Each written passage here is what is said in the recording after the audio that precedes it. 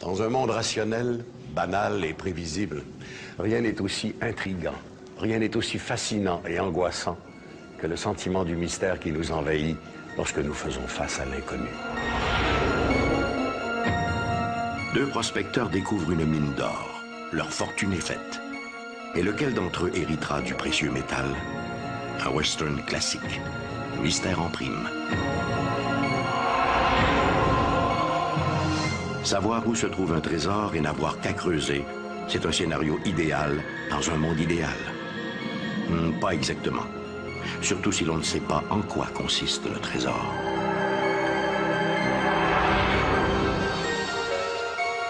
En janvier 1953, un B-25 de l'armée canadienne survole les Rocheuses en direction de Sea Island. À son bord, une étrange cargaison marquée de l'aigle impérial nazi. Quel secret renferment ces caisses? Marcel Robillard a toujours rêvé de mer. Des naufrages hantent ses cauchemars. Une plongée au large de Terre-Neuve va changer sa vie. Ici Michel Dumont. Vous regardez Dossier Mystère.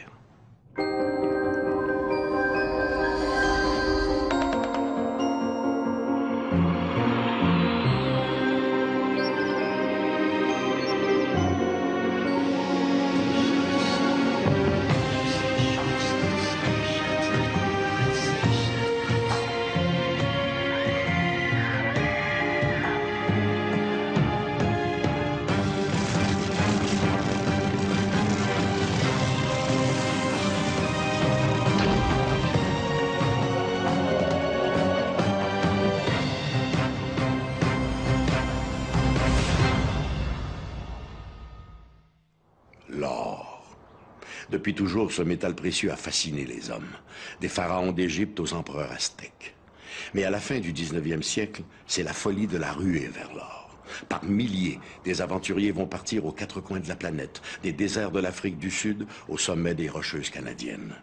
Sur la base de simples rumeurs, des dizaines de prospecteurs vont errer dans les montagnes de Highwood, en Alberta, à la recherche de la mine perdue de Frank Lemon. Au sud-ouest de Calgary, baigné par les eaux de la Highwood River, se dresse la chaîne de montagnes des Highwood, premier contrefort des Rocheuses canadiennes. C'est un paysage grandiose qui attire les amoureux de la nature et les chasseurs de trésors. On raconte que c'est au cœur de la Highwood Mountain Range que se cacherait l'un des gisements aurifères les plus riches du Canada, la mine perdue de Frank Lemon.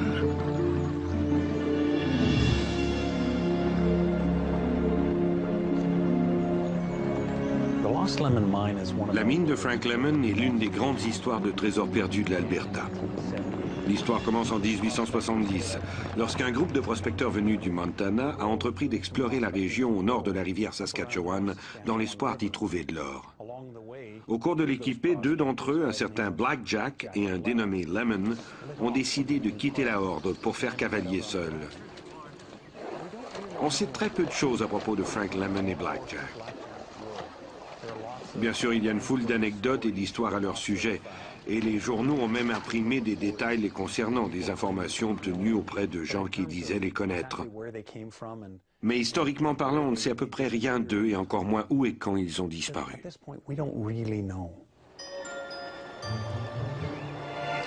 Près de Purcell Mountains, Frank Lemon et le métis Black Jack entrent dans une vallée luxuriante où des sources descendues des montagnes déversent une eau fraîche et limpide. Ils remarquent d'étranges reflets dans l'eau, des reflets dorés. Ils ont trouvé leur Eldorado. À fleur d'eau et tout autour d'eux, des pierres présentent ces filaments si caractéristiques de l'or, les veines de la richesse.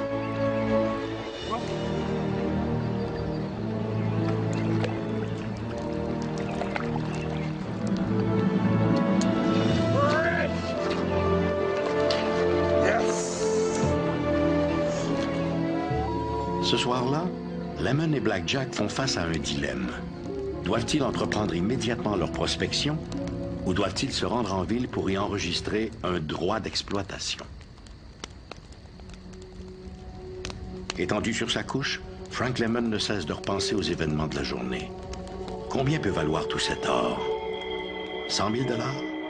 500 000 $? 750 000 $? Les chiffres s'embrouillent dans sa tête. 750 000 divisé par 2, cela représente... Mais pourquoi devrait-il partager? Il n'y a aucune raison pour qu'il partage son bien. Cet or est le sien. Et il compte bien en rester le seul propriétaire.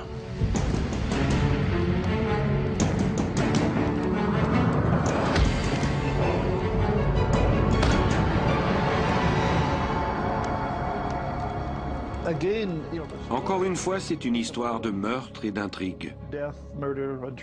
Le scénario typique pour un mystère de ce genre.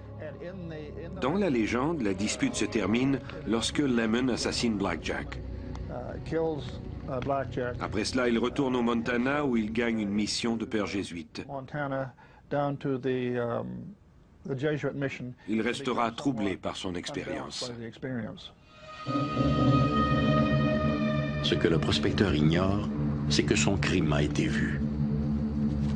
À quelques mètres de là, derrière des buissons, 2 Amérindiens pieds noirs, William et Daniel Bendo, n'ont rien manqué de la scène. À l'aube, les frères Bendo retournent à la réserve de Morley, où ils informent le chef Bear Spa des événements de la nuit.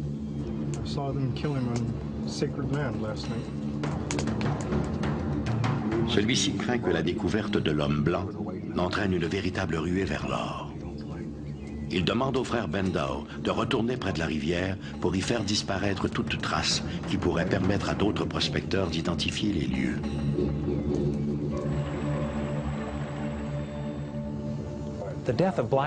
La mort de Blackjack a vite été attribuée à quelques Indiens renégats de la tribu des Blackfoot. C'est du moins la version qu'a servi Lemon en regagnant la civilisation. Peu après, un montagnard du nom de John McDougall a été envoyé pour retrouver et enterrer le pauvre Blackjack, tâche dont il s'est acquitté sans problème. McDougall a ensuite été engagé pour conduire des prospecteurs sur les lieux du drame, mais le groupe s'est arrêté à Fort Kipp, au Montana. Toujours d'après la légende, McDougall se serait saoulé à mort. Il n'a jamais eu la chance de montrer à qui que ce soit le site de l'or.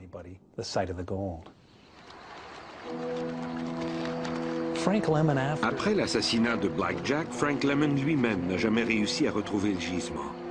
Il a essayé maintes fois de retourner sur les lieux, mais dès qu'il approchait de son but, il était pris d'une grande agitation. Conséquence, il n'a jamais revu la mine et n'a jamais été capable de dire à quiconque l'endroit précis où elle se trouvait. Au fil des ans, le mystère n'a cessé de s'épaissir.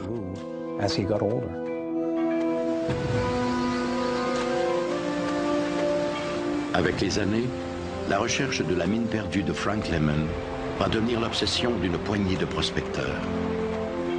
L'un d'eux, Lafayette French, va consacrer les dernières 15 années de sa vie à rechercher la mystérieuse rivière d'or. Lafayette French est un personnage fascinant. À l'origine, c'est lui qui aurait financé cette première expédition au cours de laquelle Lemon et Blackjack ont apparemment trouvé l'or. Ensuite, après que Lemon eut prétendu avoir trouvé l'or et après la mort de Blackjack, Lafayette French a consacré le reste de sa vie à chercher l'or. Dans la région de Waterton Lakes, les gens plaisantent encore en disant que l'endroit est l'œuvre de Lafayette French, qui a tellement creusé de trous pour trouver l'or qu'il a finalement créé tous les lacs de la région. À un moment donné, French a écrit une lettre à un ami dans laquelle il affirmait avoir enfin résolu le mystère de la mine perdue de Lemon. Mais avant qu'il n'ait le temps de révéler à qui que ce soit sa location, il a été mortellement brûlé dans l'incendie de sa cabane. L'histoire venait de faire une autre victime.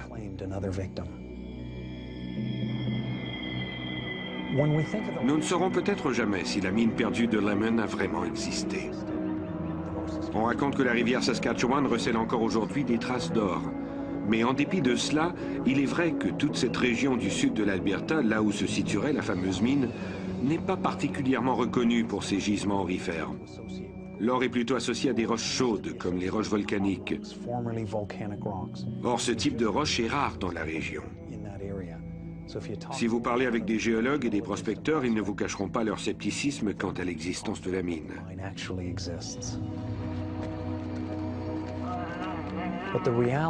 Néanmoins, cette vaste région reste sauvage et inexplorée.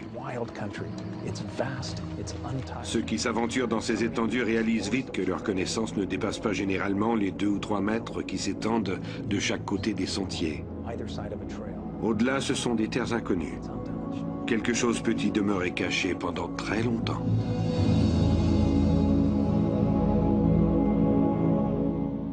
La mine perdue de Frank Lemon est l'une des grandes énigmes de l'Ouest canadien. Espoir déçu, échec et ruine, rien ne décourage les véritables chasseurs de trésors. La perspective d'une découverte, aussi mince soit-elle, suffit amplement à nourrir leurs rêves et leur cupidité. Bien avant la grande ruée vers l'or qui a donné lieu à tant de légendes, on racontait que toute la côte est de l'Amérique du Nord était sillonnée par des pirates et des flibustiers venus écumer les riches navires faisant voile vers l'Europe. Même l'infâme capitaine Kidd aurait fait mouiller ses navires au large de la Nouvelle-Écosse. Et s'il avait profité de cette occasion pour y dissimuler le butin de ses rapines? Une fable? Peut-être pas.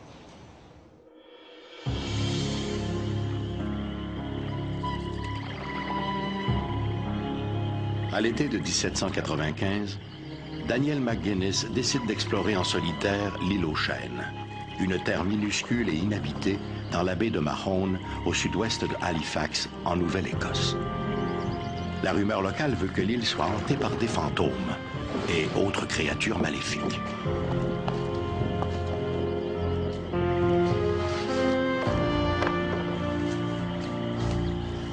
Marchant avec précaution dans l'épaisse forêt de chênes, le jeune explorateur ne tarde pas à découvrir une zone déboisée où seul un vieux chêne se dresse fièrement.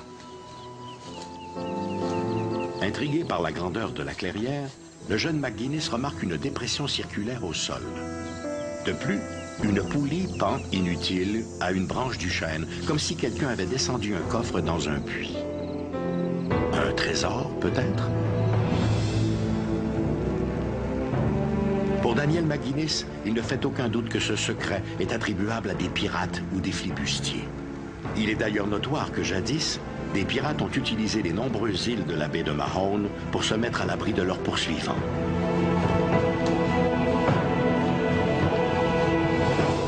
McGuinness est convaincu que des pirates se sont amenés sur l'île pour y camoufler un précieux butin. Il se serait servi du grand chêne comme point de repère et aurait décidé de creuser un trou à sa base pour y enfouir un trésor.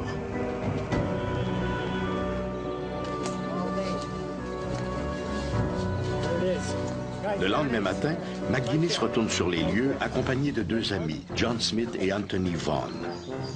N'ayant pour tout équipement que des pelles et des seaux, les 3 jeunes vont entreprendre la plus incroyable chasse au trésor de l'histoire, celle du mystérieux et impénétrable Money Pit, le puits de l'argent. Évidemment, les jeunes ont pensé que quelqu'un avait enseveli un trésor. La dépression au sol marquait apparemment le haut d'un puits profond. Personne n'a jamais fait de recherche ou d'exploration archéologique sur l'île aux Chênes. Les jeunes ont simplement commencé à creuser, espérant y trouver ce trésor qu'ils croyaient enfoui à cet endroit.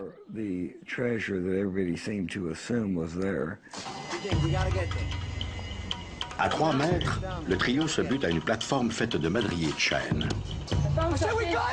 Cette fois, plus de doute. Quelqu'un a bel et bien enseveli quelque chose dans ce trou. Espérant y découvrir un coffre débordant d'or et de joyaux, les garçons dégagent fébrilement la plateforme. Mais à leur grande déception, ils ne trouvent que la terre argileuse du puits. Au cours de l'été, ils ont creusé jusqu'à une profondeur de 30 pieds, puis ils ont abandonné. Personne ne voulait leur venir en aide. Certains jugeaient cette affaire comme une fumisterie et d'autres croyaient que l'île était hantée, qu'il valait mieux s'en tenir loin. Les travaux n'ont repris qu'en 1803. En 1803, la quête du mystérieux trésor recommence. Cette fois, une dizaine d'ouvriers accompagnent le trio. Rapidement, les terrassiers découvrent une autre plateforme 3 mètres plus bas. Puis, successivement, tous les 3 mètres, ils dégagent d'autres plateformes ainsi que plusieurs morceaux de bois. À 90 pieds de profondeur, ils se sont butés à une autre plateforme en bois. Il y en avait à tous les 10 pieds. Mais il y avait aussi une pierre étrange couverte de symboles comme des hiéroglyphes. Excité par cette découverte, il tente de déchiffrer le message qui y est inscrit. Incapable d'en interpréter le sens, il remonte la plateforme tout en haut du puits et poursuit l'excavation. Il touche rapidement à ce qui semble être une autre plateforme, mais à la différence cette fois-ci, le bois paraît plus mou. Pourrait-il enfin s'agir du trésor? Comme c'est vendredi et que la nuit tombe, les hommes préfèrent remettre au lundi suivant l'étape finale de leur travail. Malheureusement pour eux, une surprise décevante les y attendra. Lorsqu'ils sont revenus, ils ont constaté que tout le puits était inondé jusqu'à 30 pieds de la surface, c'est-à-dire 60 pieds d'eau. Ils ont essayé d'écoper, mais sans résultat. Ils ont enfin remarqué que le niveau d'eau variait selon les marées. Or, comme il s'agissait d'eau salée, ils ont compris que le puits devait être relié à la mer par quelques mécanismes inconnus. Le printemps suivant, les chasseurs de trésors creusent un autre tunnel d'accès. L'aventure prend fin abruptement quand de l'eau inonde toute la galerie. Les terrassiers s'avouent vaincus. La suite n'est qu'une longue succession d'échecs et de déceptions. En 1849, la Truro Company est revenue. Une nouvelle organisation avec plus d'ouvriers et plus d'argent. Ils ont réussi à maintenir le niveau d'eau à son minimum. Ils ont ensuite fait monter une plateforme de forage et ont percé en dessous du niveau des 90 pieds. C'est à ce moment-là qu'ils ont remonté des éclats de bois. Pour eux, il est clair que la foreuse venait de traverser des coffres. Qui plus est, la foreuse se comportait comme si elle avait pénétré dans du métal en vrac. Il ne pouvait s'agir que de pièces d'or, mais aucune pièce d'or n'a jamais été remontée. Même en creusant un troisième tunnel d'accès, l'Alliance Truro fait face aux mêmes ennuis. Tout s'inonde. C'est alors qu'on découvre l'ingénieux mécanisme de protection du puits de l'argent. En vidant un colorant dans le puits principal, les ouvriers remarquent que la teinture se rejette dans la mer à deux endroits. Deux petites anses situées de part et d'autre de l'île. Les concepteurs de la cache ont apparemment aménagé deux canaux souterrains permettant d'amener l'eau de mer vers le puits principal. Ils ont dû se rendre à l'évidence. S'ils n'arrivaient pas à stopper l'arrivée d'eau, ils n'iraient nulle part. Ils ont construit une digue de rétention autour de Smith Cove. Ce faisant, ils ont découvert un système de canaux qui s'avançait dans la mer, au-delà de leur digue, et qui apparemment était de fabrication humaine. Ces canaux se rejoignaient en un point et servaient à amener l'eau jusqu'au Money Pit, le puits de l'argent, situé à quelques 500 pieds de là. Toutes ces tentatives infructueuses auraient bien sûr pu être évitées si, lors des travaux de 1804, les ouvriers avaient bloqué les canaux avant d'essayer de retirer la 9e plateforme à 27 mètres de profondeur. Mais qui aurait pu s'en douter? À moins que ce secret n'ait été celui de la mystérieuse pierre aux hiéroglyphes, découverte justement sur cette plateforme. Depuis, des dizaines de chercheurs de trésors se sont succédés dans l'île aux chênes. Tous ont juré qu'ils en rapporteraient le magot tant convoité. Les gens de la Truro Company ont creusé plusieurs puits parallèles au Money Pit. Aussi étrange que cela puisse paraître, ils étaient convaincus que s'ils pouvaient descendre en dessous du niveau des 90 pieds et creuser un puits latéral, ils pourraient rejoindre le trésor. Évidemment, à chaque tentative, ils n'ont fait qu'ouvrir de nouvelles voies d'eau. Si bien que vers 1860, on comptait pas moins de 6 ou 7 puits autour du Money Pit, tous inondés par l'eau de mer.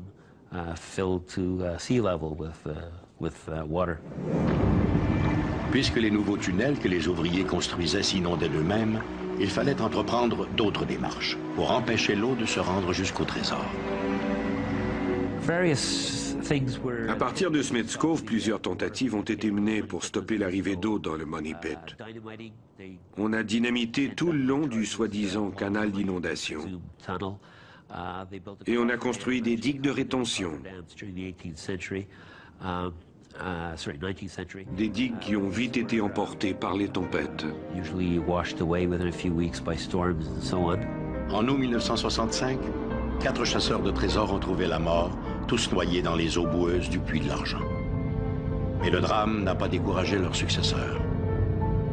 En 1971, Un groupe d'investisseurs montréalais, la Triton Alliance, a fait descendre une caméra submersible à quelques 60 mètres de profondeur.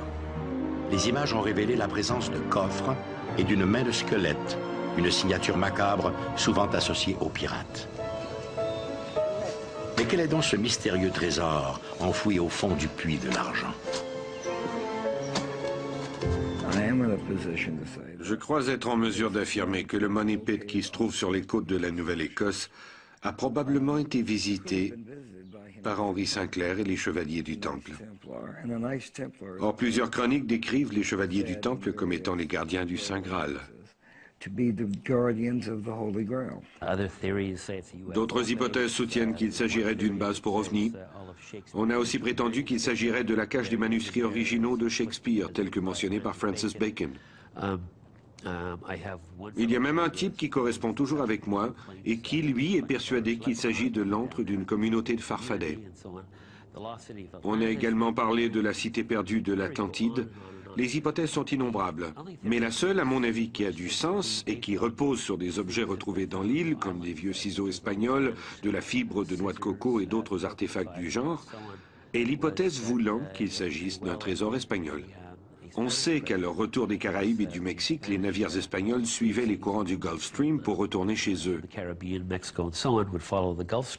Or, cet itinéraire les amenait à moins de 200 ou 300 milles de l'île aux Chênes, avant de tourner vers l'Est.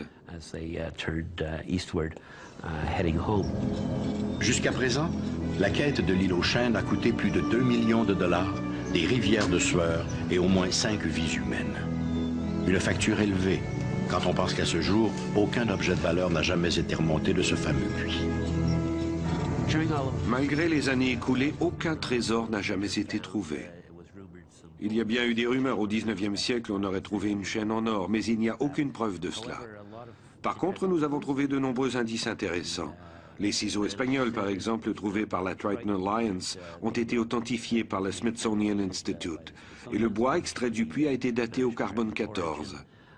On a aussi trouvé de la fibre de noix de coco. Ce sont ces indices qui motivent les gens à retourner dans l'île, à croire qu'il doit sûrement y avoir quelque chose d'enterré là-bas. Après tout, comme le prouvent les datations au carbone 14, il y a 400 ou 450 ans, des hommes se sont apparemment donné beaucoup de mal pour construire ce puits.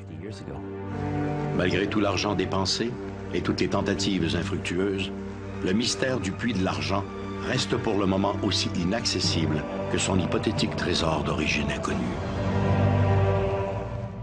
Depuis plus de 200 ans maintenant, des hommes, poussés par une insatiable fièvre de l'or, continuent de creuser le sous-sol de cette île dans la baie de Mahone. On a dit de cette chasse au trésor qu'elle a une particularité unique. À l'île aux Chênes, les aventuriers savent exactement où chercher, mais ignorent toujours ce qu'ils cherchent. Durant la Deuxième Guerre mondiale, les troupes du Troisième Reich ont pillé les plus grands musées d'Europe. Si certains de ces trésors ont depuis été retournés à leurs propriétaires, d'autres restent encore introuvables, alimentant ainsi les plus folles rumeurs. On raconte que de l'or et des toiles de grands maîtres seraient encore dissimulés quelque part dans les montagnes d'Autriche. On raconte même qu'on aurait perdu la trace d'une partie de l'or dérobé par les nazis dans les Rocheuses canadiennes. Totalement dénué de sens. Croyez-vous?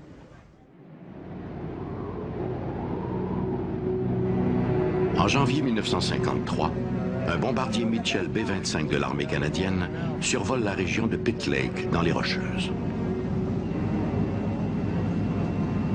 Le capitaine Jack McIntosh, un vétéran de la Deuxième Guerre mondiale, et son copilote se dirigent vers l'aéroport de Sea Island, en banlieue de Vancouver.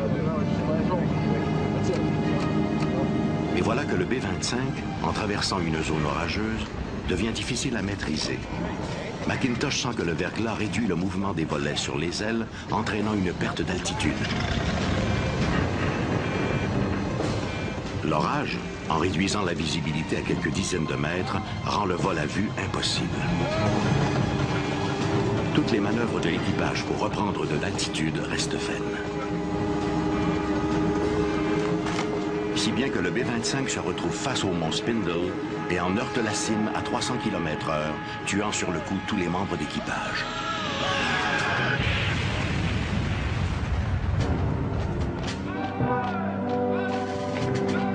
Durant toutes les années que durera la Deuxième Guerre mondiale, les nazis se livreront à d'inqualifiables pillages.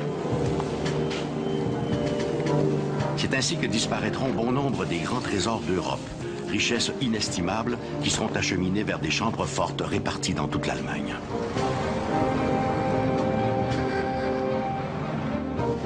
Rien ne sera épargné. Des toiles des grands maîtres aux artefacts les plus précieux, dont la célèbre lance du légionnaire romain Longinus, laquelle aurait servi à percer le flanc du Christ.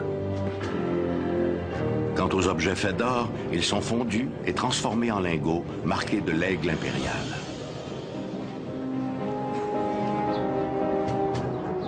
À la fin de la guerre, des spécialistes en œuvres d'art sont chargés de retracer les trésors dérobés par les nazis pour les retourner à leurs propriétaires. À en croire la légende, des soldats canadiens récompensés ainsi de leurs efforts retrouvent des caisses contenant des lingots d'or. Plusieurs lingots d'or. À la fin de la Deuxième Guerre mondiale, des militaires canadiens auraient trouvé de l'or dans le sous-sol d'une église en Allemagne. On sait que durant le conflit, les nazis avaient éparpillé leur butin pour le soustraire à l'ennemi. C'est l'or trouvé dans cette église, une église catholique romaine, qui a été embarqué à bord du bombardier B-25. Des dizaines et des dizaines de lingots d'or frappés de l'aigle nazi. Mais la cupidité n'est pas l'apanage du Troisième Reich. Et plutôt que d'en informer leurs supérieurs, les hommes entreprennent de faire sortir l'or du pays. En fait, ils manœuvrent si adroitement que leur butin va littéralement retomber dans l'oubli.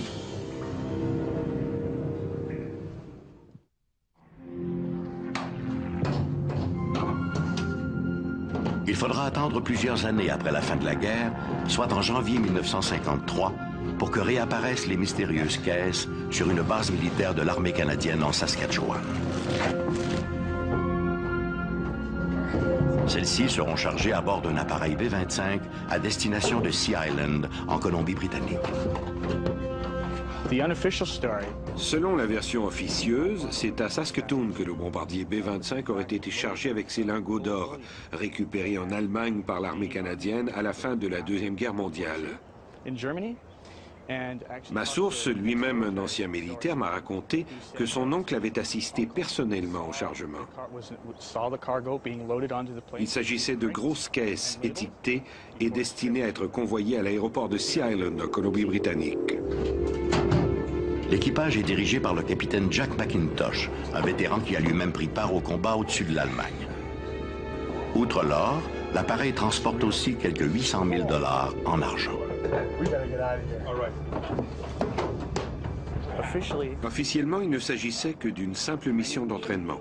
C'est du moins ce que mentionnent les documents que j'ai retrouvés.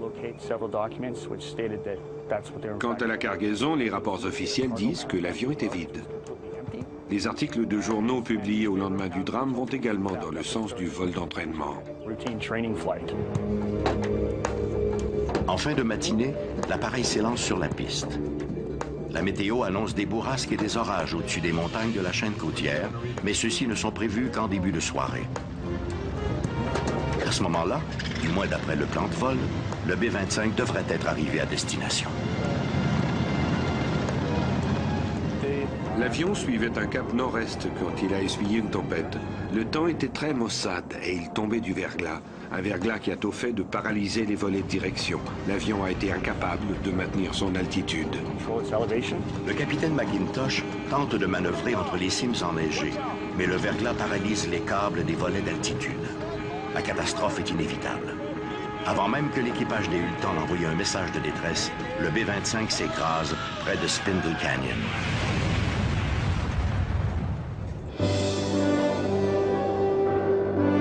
Il faudra plusieurs mois avant que les équipes de chercheurs passent le secteur au peigne fin et localisent enfin l'appareil. Le 14 septembre 1953, une équipe de secours s'est rendue sur les lieux de l'écrasement. Les militaires ont vite retiré les cadavres de l'épave et récupéré la cargaison, qu'elle ait eu ou non de la valeur. Les rumeurs au sujet de l'or ont commencé à circuler presque aussitôt. Le responsable en est un article de journal publié au lendemain de l'écrasement et qui disait que l'avion transportait de l'or et la paix des militaires. Plus de 50 ans après l'écrasement du B-25, le site du drame est resté à peu près inchangé. Seuls quelques prospecteurs de la région ont réussi à s'approcher de l'épave du B-25, mais rien ne laisse supposer qu'ils aient réussi à trouver l'or ou l'argent.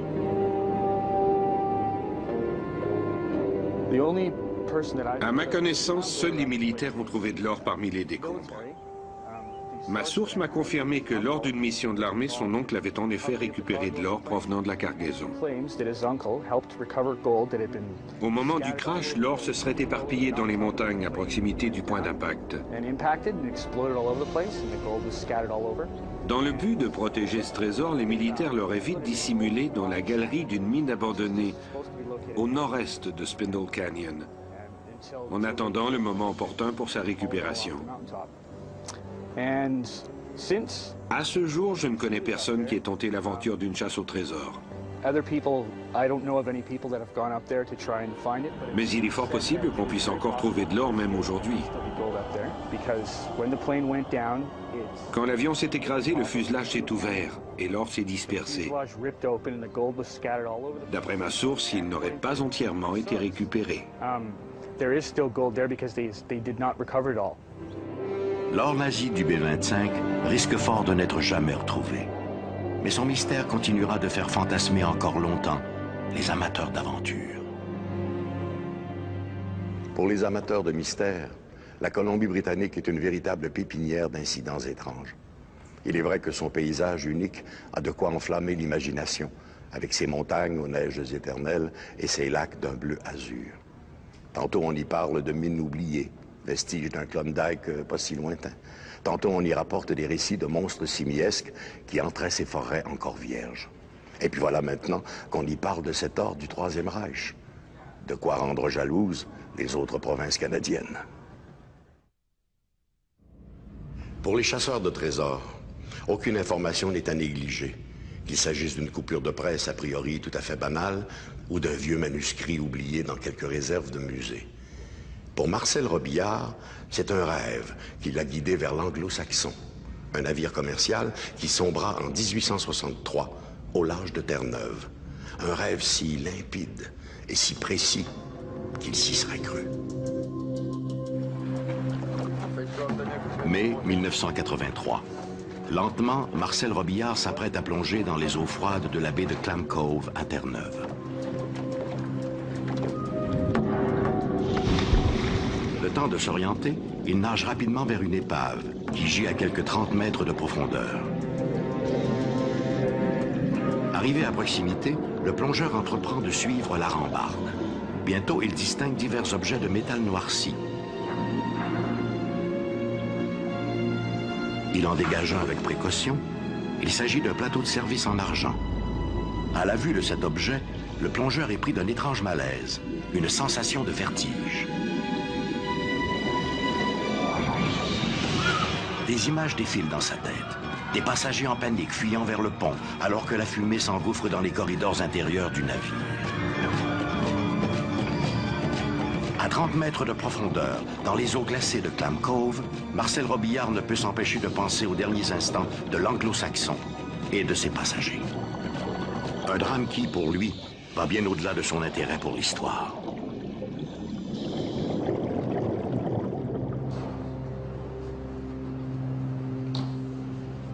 Dès l'âge de 5 ou 6 ans, le petit Marcel Robillard est fasciné par la mer et les bateaux.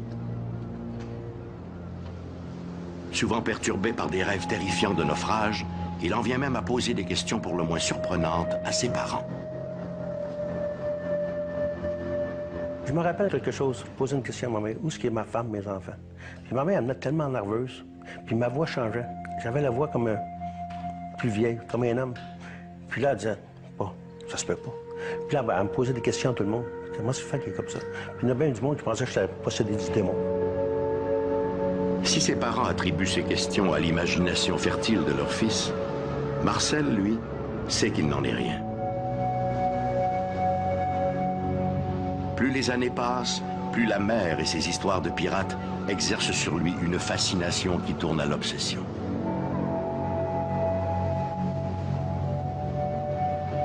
Je me réveillais dans la nuit, puis on aurait dit que j'ai tout fait. Puis je paniquais. Puis je voyais des aides dans les rochers. Puis je voyais toutes ces aides-là. Là. Il paraît qu'ils m'appelaient au secours. Où est-ce qu'on va? Qu'est-ce qu'on fait? C'est pareil en dedans de moi, il faudrait que j'aille chercher mon bateau. Je ne sais pas quel sorte de bateau que c'était, j'en avais aucune idée où ça pouvait être. À l'adolescence, à l'âge de 18 ans, Marcel Robillard s'inscrit à un cours de plongée sous-marine. Fort de cette formation, il est embauché comme plongeur pour souder les caissons du futur tunnel Louis-Hippolyte Lafontaine à Montréal. Mais Marcel Robillard sent l'appel des maritimes. Pour lui, son destin est, croit-il, à Terre-Neuve. Il apprend de la bouche des pêcheurs que les côtes pullulent d'épaves, dont certaines n'ont jamais été explorées. Il y a tellement d'épaves entre Saint-Jean-Terre-Neuve et Saint-Church. Ça, il y a une distance de 100 000. Il y a 400 épaves connues. Ça veut dire qu'il y a des épaves pour tout le monde. Je ne vais pas plonger sur toutes les épaves là-dedans. Là. Pas si tu peux pas plonger. Mais des trésors. Terre-Neuve, c'est la place, je pense, qui reste le plus de trésors. Avec des amis, il entreprend d'explorer plusieurs de ces épaves. Il en récupère les objets en cuivre et en bronze, comme les hélices et les canalisations, qu'il revend à des ferrailleurs locaux. Ce commerce lui permet de se consacrer exclusivement à l'exploration des épaves. J'ai plongé sur beaucoup d'épaves. Mais qu'est-ce que je faisais de l'argent? C'est la récupération des métaux. Le bronze, le cuivre. Puis pour ôter ça, on dynamitait. Là, on montait ça en haut avec des paliers, puis en haut de la côte. Puis là, on mettait ça dans ma voiture, puis on allait vendre ça à Saint-Jean-Terre-Neuve pour la ferraille. Ah, c'était une aventure, ça dépasse l'imagination. En 1967, survient un événement qui va bouleverser la vie de Marcel Robillard. Alors qu'il se dirige vers Cape Race avec des amis pour faire de la plongée, il aperçoit une immense falaise qui s'avance dans la mer. Pris d'un sentiment étrange, il ordonne au capitaine de s'y arrêter. J'ai dit, arrêtez ça, on plonge ça. Il dit, c'est pas un coup sur le long des côtes. Hein. J'ai dit, c'est là que je plonge, point final. Puis c'est là que j'ai plongé. Puis en descendant, je me sentais drôle. Mais quand j'arrive dans le fond, je prends pas les caves et tout écrasé. Puis là, j'ai trouvé une fourchette. Puis quand j'ai monté à la surface, ça marqué l'anglo-saxon ici. Là, il y a tout ça d'images qui me posent. C'est pareil qu'il y a quelque chose qui défilait dans moi-même. On dirait que j'ai venais de découvrir quelque chose que je cherchais depuis toute ma vie. L'Anglo-Saxon, un paquebot à voile, a sombré en 1863. Marcel Robillard a la conviction d'avoir découvert quelque chose d'important, quelque chose qui l'appelle depuis sa tendre enfance. Dans les années 70, il s'était intéressé aux philosophies orientales et avait découvert la réincarnation. Il réalise maintenant que cette notion de vie antérieure est la seule explication possible à ce trouble qu'il ressent face à l'anglo-saxon.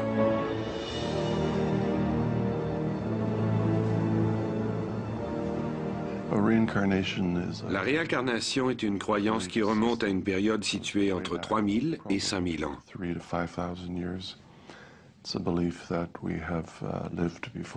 Elle part du principe que nous avons vécu des vies antérieures et que nous nous acheminons vers des vies futures après notre mort. Notre vie actuelle ne serait qu'un maillon dans une longue chaîne de vie continue. Marcel Robillard débute ensuite des recherches pour en savoir un peu plus sur l'anglo-saxon. L'anglo-saxon était un bateau passager qui faisait la navette entre l'Angleterre, Québec, Montréal. C'est un très beau bateau, 283 pieds, je vois. Puis un bateau en 3 mois. Il y avait un petit engin dedans, à vapeur, mais la plupart du temps, il était à voile. Le 16 avril 1863, le paquebot quitte l'Angleterre à destination de Montréal. Il compte à son bord 446 passagers. Le navire est dirigé par le capitaine William Burgess, un jeune officier de 31 ans. 9 jours plus tard, alors qu'il approche de Cape Race à Terre-Neuve, l'anglo-saxon rencontre un épais brouillard. Les voiles sont descendues, mais le capitaine Burgess néglige d'ordonner un sondage de profondeur. Une erreur de jugement catastrophique.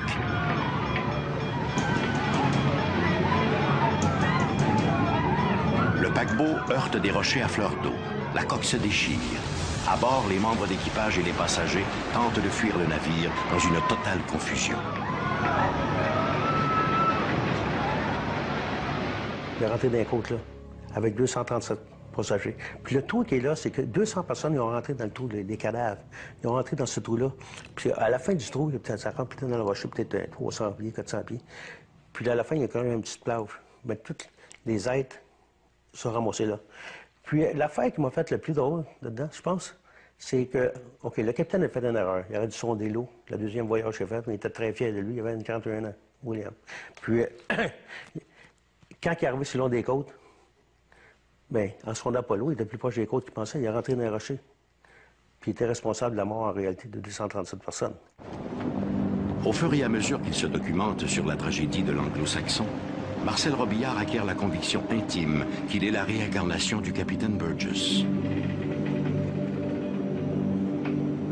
Il sait maintenant que le seul moyen pour lui d'exorciser toutes ces images de femmes et d'enfants criant leur désespoir est de retourner à l'épave. Il doit libérer les âmes prisonnières de l'Anglo-Saxon. Là, j'accomplisse ma mission, je retourne là. On dirait qu'il faut là que je ramène à Montréal. Le capitaine est toujours le dernier à quitter son bateau. Il aurait fallu que je ramène mes passagers. Pas les corps, mais les êtres qui étaient là. Au printemps de 1983, Marcel Robillard organise une expédition pour explorer l'épave de l'Anglo-Saxon. Pour lui, c'est l'occasion de faire la paix avec son passé. Marcel Robillard est le premier plongeur à descendre sur le paquebot qui repose dans les profondeurs. Alors qu'il s'en approche, son cœur bat la chamade. Des frissons lui parcourent tout le corps. Comme des bulles remontant à la surface, des images défilent dans sa tête. Il imagine les âmes des disparus prisonnières des vestiges du bateau. Malgré l'émotion qui lui noue la gorge, le plongeur sait que cette visite est pour lui l'unique moyen de retrouver sa quiétude. On a souvent des images mentales, quelque chose qui s'est passé dans le passé, puis qu'on reste accroché là-dessus. Puis tant qu'on n'a pas réparé, qu'est-ce qu'on avait à réparer, ça va rester là. Mais à la fin, ça a fait quelque chose qui s'est calmé. Le calme total est venu. Ça a tout changé ma vie complètement. Ça a fait... Bien que l'histoire de réincarnation de Marcel Robillard semble étonnante, il existe d'autres cas vérifiés d'individus qui auraient le souvenir de leur vie antérieure.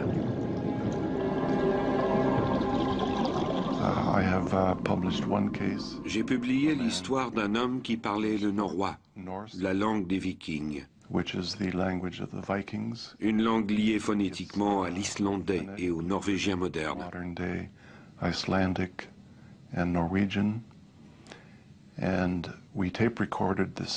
Nous avons demandé à un expert d'écouter nos enregistrements réalisés avec notre sujet.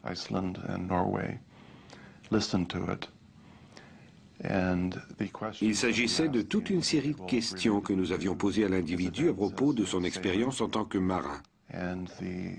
Or, d'après la traduction de l'expert, les réponses enregistrées étaient bel et bien en relation avec des événements s'étant déroulés sur un navire en haute mer. Lorsqu'il a plongé vers l'Anglo-Saxon pour la dernière fois en 1983, Marcel Robillard a fait la paix avec les âmes des passagers du paquebot anglais. Et du même coup, il s'est affranchi de 120 ans de remords. L'Anglo-Saxon, pour moi, c'est plein de mystère. Je suis sûr en 100% que je suis le capitaine dessus. Puis j'ai fait une erreur, mais j'ai réparé mon erreur. Au moins, quand tu répares quelque chose, c'est plus là. Puis je suis bien content si ces êtres-là sont venus à Montréal, au Québec, puis qu'ils se prennent des corps, puis vivent heureux. Pour Marcel Robillard, la quête du navire l'Anglo-Saxon s'est transformée en une sorte d'odyssée spirituelle. Ultimement, sa plus grande découverte n'a pas été celle de l'or et de l'argent engloutis dans l'épave, mais cet éveil sur lui-même. Cette réalisation de soi est un trésor qu'aucune administration, qu'aucun gouvernement ne pourra jamais lui ravir. Rencontres insolites, disparitions mystérieuses, faits étranges, légendes fabuleuses. Quelqu'un pourrait peut-être nous révéler enfin la vérité cachée derrière ces mystères extraordinaires. Et peut-être que cette personne, c'est vous.